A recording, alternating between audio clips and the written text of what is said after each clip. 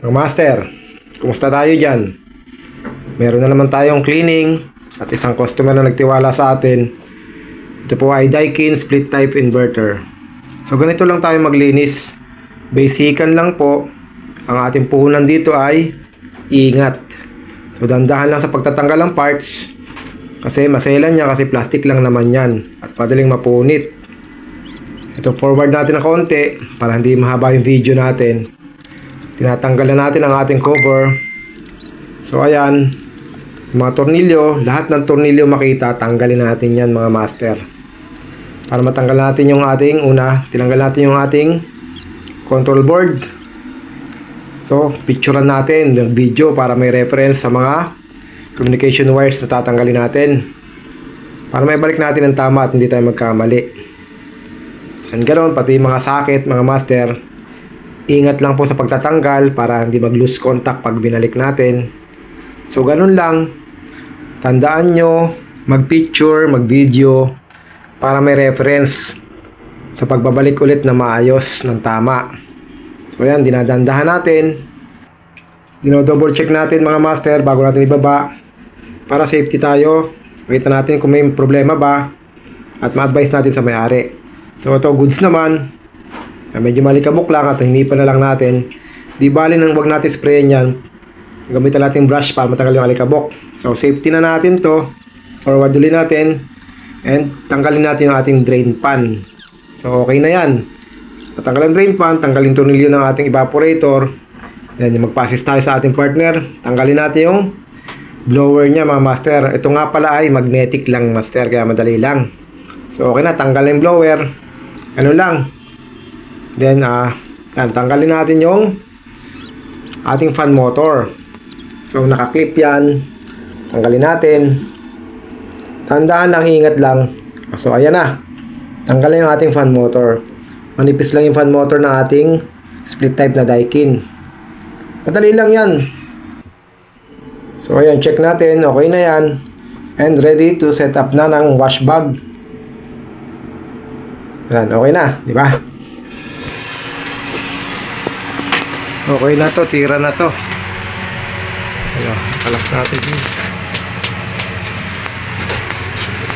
Daikin. Ilalim nyo. Lawa-lawa rin dumi.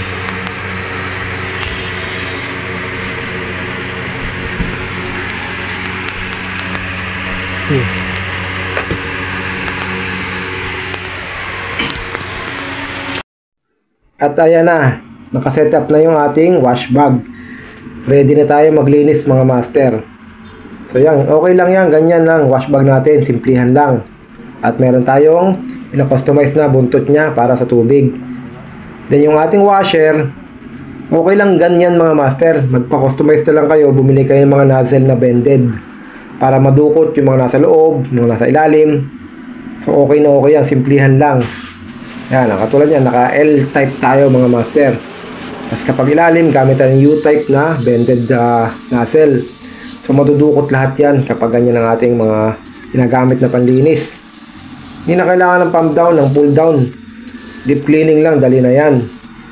So ganyan lang. Tira natin, forward konti. At yan, meron tayong towel sa ibabaw para pag tinira natin yung ilalim ng evaporator, hindi makalat yung tubig, hindi madumi.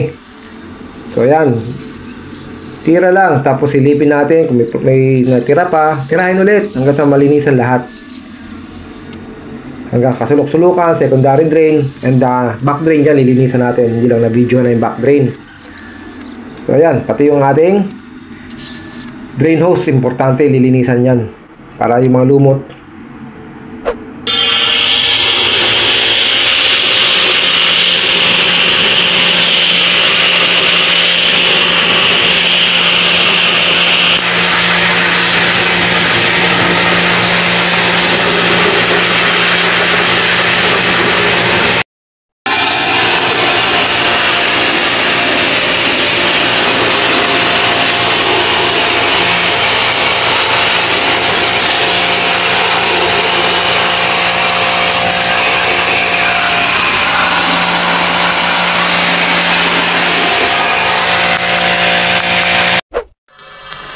Okay na sa cleaning.